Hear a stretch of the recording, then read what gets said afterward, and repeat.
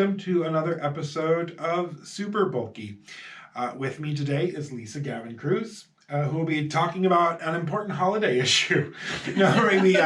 So getting ready for the December episode, or kind of brainstorming things that we could talk about, just like gift giving or charity knitting or like last minute knitting finishing up. But what we landed on was mental health, which is actually a big deal at this time of year, it is. right? Yes.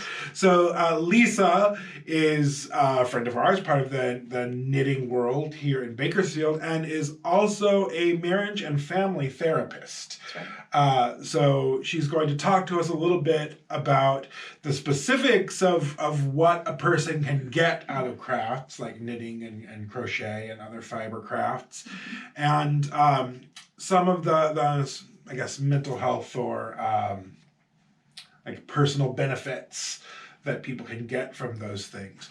So let's introduce you first of all. I guess we can start with the professional designation because we led off with that. You are a marriage and family therapist. Yes, so I am. What on earth is that? What do you do? How did that happen? I counsel people. This is my second career in life, and I got to a point in my life where I wanted to help other people, and I had done enough therapy myself, so I thought maybe I could do it. Got my master's degree and began doing marriage and family therapy, which involves a lot of individual work, even though the title is marriage and family. Yeah. Right. And what about fiber arts? How long has that been a part of your life? Is that? My aunt taught me to knit when I was 11. I went over to her and asked her if she'd teach me how to do it. My mother was not very crafty, but my aunt was, and she was a taskmaster. She was great. You didn't split yarn. No. And you made sure that you were doing it right.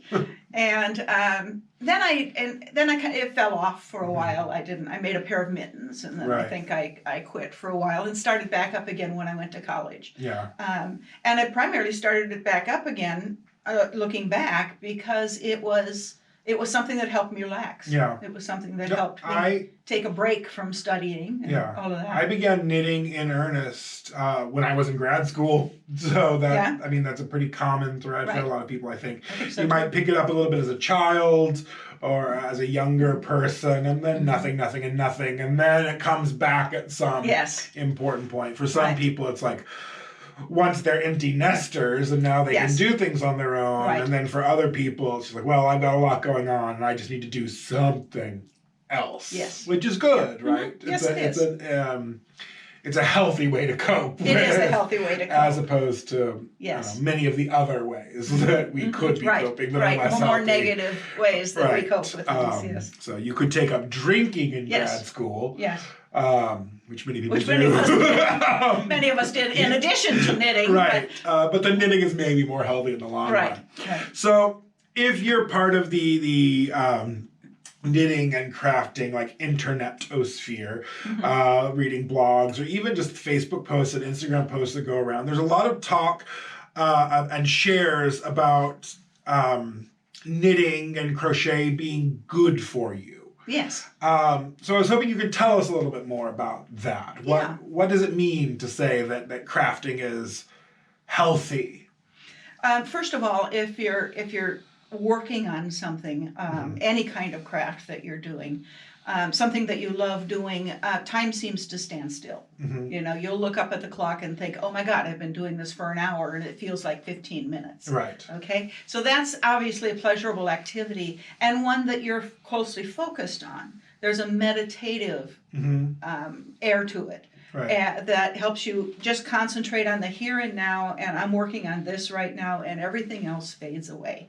All the other troubles that I have, I can think about later. I'm going to take out some time here to knit or crochet or weave or do whatever it is you want to do. Those important crafts. Right. And when we say something is meditative, that it helps us focus on something, can you help us unpack that a little bit? Like, what is actually going on with us when we are doing something meditative? What does that mean for a person? What's going on with us, either mentally or physiologically? What can you tell us about the mechanism to do something that isn't meditation, but that is meditative? Right. It is... it has many benefits. That mindfulness is used often in therapy and in other situations to help calm anxiety, to help relieve like that rumination that you get with depression of thinking of these negative thoughts all the time. That it interrupts those kinds of thoughts and allows you then to physiologically relax. It reduces the cortisol, the hormone cortisol in your blood system. Which is sometimes called the stress hormone, yes, right? And yes. Is a not so silent killer from what I understand. It is not good for us to have. No. And so it also lowers our blood pressure and our heart rate while we're doing it. And we know that, the more extended periods we could have without those kinds of symptoms, the healthier we are. It also crosses the midline of the body as you're doing stitches.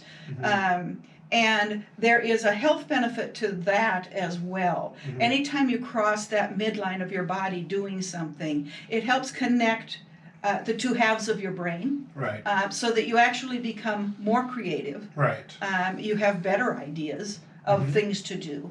And then that shows up in other areas of your life too. And I know that I've read some things about it being particularly beneficial to people as they age, maintaining that flexibility mentally. And coping with the aches and pains of older age. A lot of people, there's a whole program in England that's knitting is done as actually physiotherapy. And there are several of the hospitals that use it there to keep arthritic hands and that kind of thing limber, but also to keep the brain active. To keep, when you remember patterns or you're working on a difficult pattern, that helps keep your mind a little more nimble than it would normally. Certainly. And that's to say nothing of the social needs that knitting helps address. And there are many people who just sort of knit or crochet alone at home. But if you choose to get out there, you can find a knitting circle, you can find a craft group, and you sort of have a built-in buffer against social isolation. Right. And that's really helpful to people. When you're doing something with your hands, you can modulate how much you interact with other people. Okay. When I first started knitting with the group, I would come and I would knit and I wouldn't talk a whole lot. I'd listen to other people, get a feel for where they are, because I'm sort of an introvert. And after I got comfortable, then I had people I was talking to that I knew a little bit about. I recommend to some of my clients that have mild anxiety or mild depression to take up a hobby of some kind. Of course, I suggest knitting because that's what I do. Bias. Yes. But, to take up some kind of a creative hobby that will help them interrupt that negative thinking or that anxious thinking and have them be able to connect with people in a way that's less threatening than just walking up at, a Chamber of Commerce mixer and saying hi. Now socialize. Which is awful. So when we talk about the benefits of having hobbies, do you think there's a line to be drawn between hobbies that are productive, that create something, versus hobbies like stamp collecting or playing video games, or a hobby that versus something like crafting, where you engage in a task but also something happens. You have a product at the end of it. Yes, I think that's very helpful with increasing people's self-esteem. When you've conquered a difficult pattern or a difficult part of a pattern, I feel good when I do it. I try something new and it actually works. Or, I make mistakes and I learn from that. I know when I have new knitting students, there's a large chunk of people that have kind of a perfectionist streak and don't want to allow themselves to make mistakes. And letting these people know, sort of redirecting them, making a really ugly knitted scarf is more knitting than most people can do. That's true. Making an ugly scarf. An ugly scarf has infinitely more presence than no scarf. Which is kind of cool. But I do know from my work at the shop teaching new knitters, people who come in with problems and want advice, sometimes it seems like the hobby can be a source of anxiety for certain types of people, that they worry about their work, that they have a perfectionist streak that they are struggling with. Right. Say I were that type of person. I'm not. I'm absolutely, well, there's a mistake in it. On with life. Well. I'm lucky that my anxiety does not let itself be known in this particular way. Right. So that's a benefit. But what would you say to a person like that? How should we approach our crafting? What can a person who has that worrying, paranoid kind of reaction to some of their knitting challenges, what can they do to approach the craft to get some of these other benefits? Well, I think it's as you said, that you encourage people that mistakes are part of what we do here. That there are going to be mistakes, they're going to happen just like they happen in life and everywhere else, and encourage them to be able to roll with some of that. With, we're not perfectionists. We're not perfect. Perfect, right? We may be perfectionists. Yes, we may be perfectionists, but that being able to let loose a little bit of that tension, that particular tension or anxiety, will most likely help them in other areas of their life. Because if they're that concerned about a craft, I'm sure that shows up, that anxiety shows up elsewhere in their lives. Right. And perhaps by tolerating it in their knitting a little bit more, they will be able to tolerate it a little bit better in the world. In your professional life, in your relationships, or in your day-to-day. If it's something that interferes with a hobby, it's probably showing up elsewhere. Right. That's. I think that's a good sort of way to think about it. Let yourself. You're making a handmade object. If you wanted it perfect, you would need to go buy one that a machine made, because machines are not people and can make things perfectly. Yes. But you don't really take up knitting because you need sweaters. Right. You can go. Yes. You can go buy a sweater. Right. Let's see. Perfectionism. That's bad for people. Yes. And in general. The students who want to fix things, who get enjoyment out of fixing errors, it is absolutely fine to proceed in that way, right? If it fulfills you to go back and drop down 30 rows in your lace to fix it, and you love doing that the whole time, it's absolutely good for you, of course, right? Yes. But if it's a source of stress and strain, then maybe just let it go. Let some things go. If you've stopped enjoying your hobby, then something has gone off the rails for you a little. And that's what we were talking about earlier, of this press to monetize everything. Oh, right. And that idea that we're making it to please somebody. Most of the people we knit for will never see a small error that we make. Right. And being able to let go of that, and that monetizing of it often takes the fun out of it. Right. As well. Because then you're worried about, okay, this has got to be perfect because I want to sell it or do something. I'm sure that most of you watching, your crafter, you have some well-meaning relative or co-worker or someone say, this is really good, you should be selling these, and your thought is just like, right, that's like, no one is going to be able to pay me enough to keep the joy, that the hours that I put into this, and so it is I'm impressed by you is what they mean to say. But we do have a culture that's built around, well, if something impressive is happening, you need to be hustling. You need to be making money. You need to sell that. You need to go to a craft fair. And that doesn't feel great for a lot of people. No. That doesn't feel like a compliment. That feels like, why on earth would I do why are you doing this if you're not, making $25 on that baby blanket? Right. I can't imagine. Yes. Something else, that I see on a day-to-day basis at the shop that does concern me a little bit in terms of the culture of crafting. Most of my customers, unsurprisingly, are women.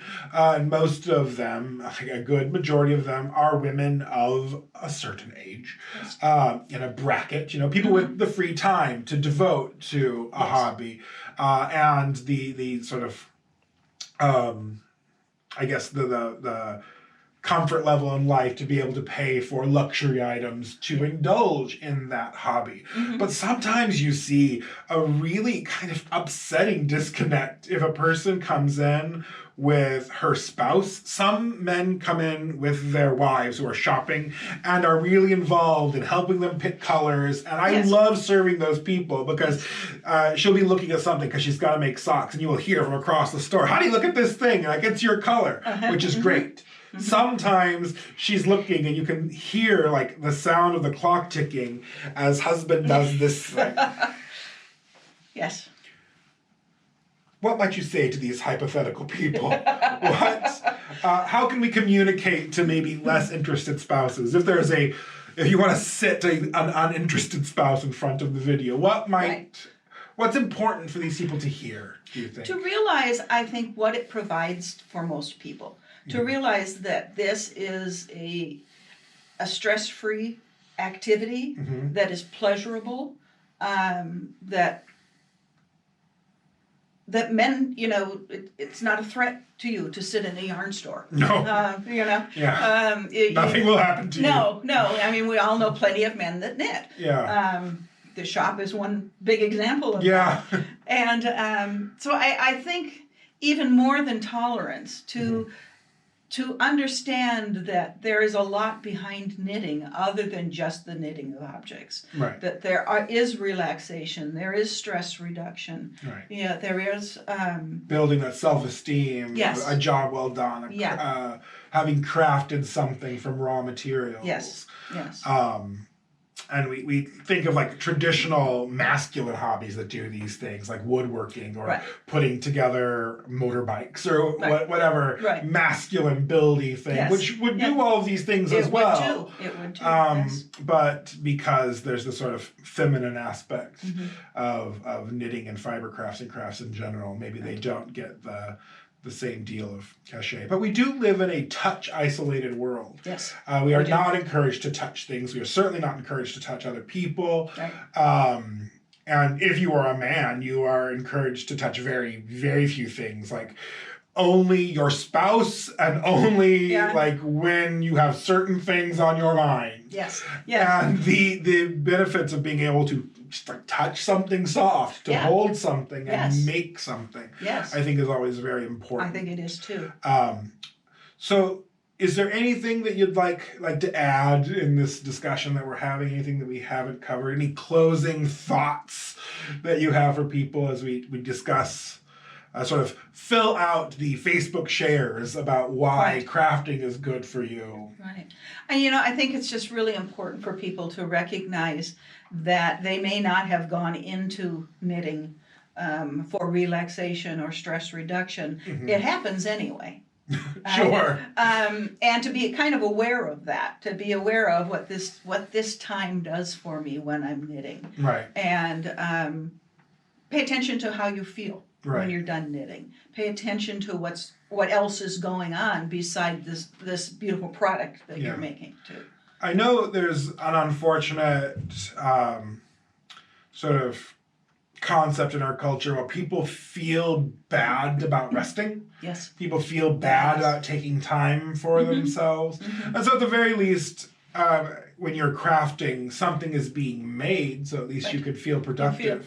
But even just taking a nap or letting yourself have a longer than usual soak in the tub is good for you, and you have permission to do that. Right. It's not only that whole self-care concept is real important. Not just good for you; it's a necessity. To get that from somewhere. If you are a person who doesn't get that from somewhere, something is going to go wrong. Right. Well, thank you very much for coming in and talking to us today. I hope that this has filled in some information, or at least given you something to think about, or at least made you feel good for making the right choice to be a crafter. Right. So thank you very much for tuning in to this episode. Thank you, Lisa Gavin-Cruse, for being with us today. Welcome, Ron. And we will see you next time.